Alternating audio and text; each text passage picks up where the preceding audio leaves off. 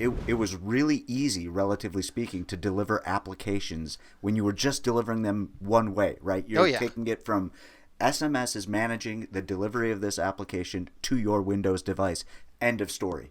That's it, right? Like Well, it was if it worked, physical. let's Yeah, start with if that. it If it worked. Okay. worked, Yeah. okay. But then there's always the price performance ratio of like pre-baking it into your image.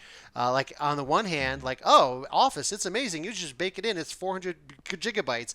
That sounds great, but then there's a whole lot of downside to like pre-installing apps because if you pre-install an app, and Office may be an exception, let's just take that one out of it. It's called Dog Food Maker Pro. Okay, Sure. it's a fake app that I've been using for forever. Dog Food Maker Pro. You pre-install Dog Food Maker Pro into your machine, and now you've what I call you're in a disconnected state, right? You've pre-installed this thing, and then you want to do an upgrade.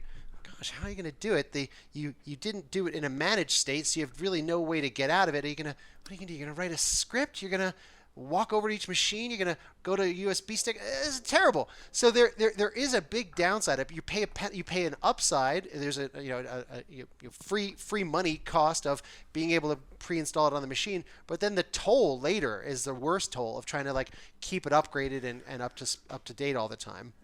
Well, I mean that's how you get win rot, right? Like, I mean, when you have these images with pre-baked applications that are just degrading over time because people update like the group policies, they'll update the cumulative updates, they'll update the patches on these images. What they're not necessarily doing is understanding the impact that you already have of stuff that's already pre-baked into that image, and that's where the degradation happens. I don't know. I mean, if that's what you've seen, but in my opinion, that's where we're sitting.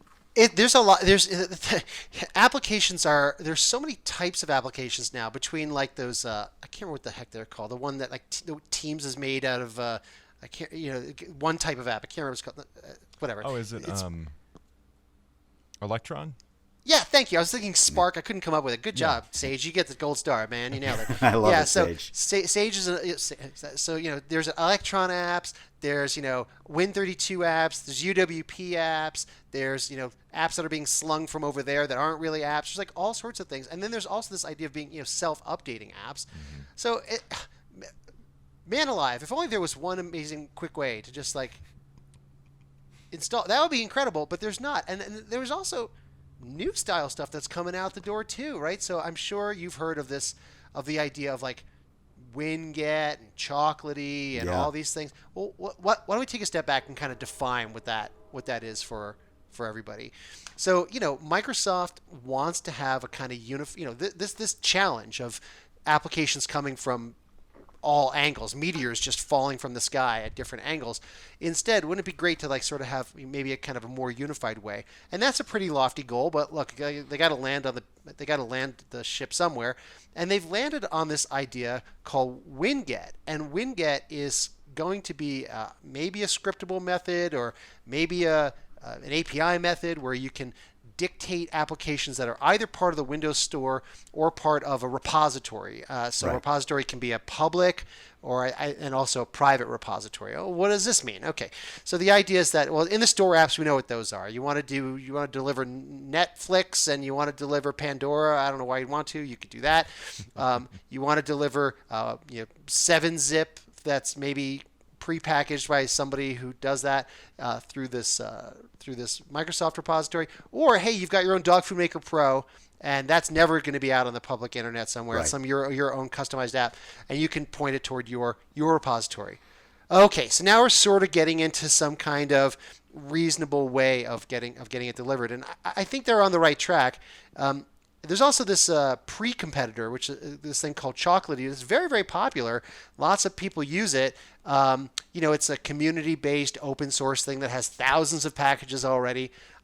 Honestly, I'm not sophisticated enough to know exactly what the differences and the details are between the two. I'm sure Chocolatey is like light years ahead for now, and who knows, maybe Winget will eventually, or maybe not eventually, catch up. That's typically how those things work. Well, the interesting thing about both of those stores, right? The concept is like, hey, we're going to try to make it easy to get applications and workloads that you need to do your job onto your desktop. Right.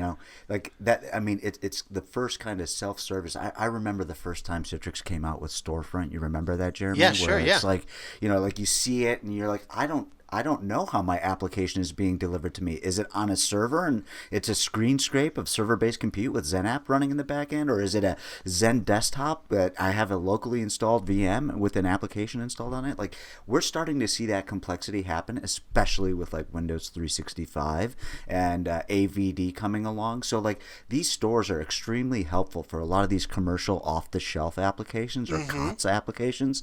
But like Dog Food Maker Pro and stuff like that, people need to have a more effective way. Like, I mean, take an insurance company that's built in that's running a claims processing engine application on the back of a 2008 box sitting in Ohio with access in right? front of it. And exactly.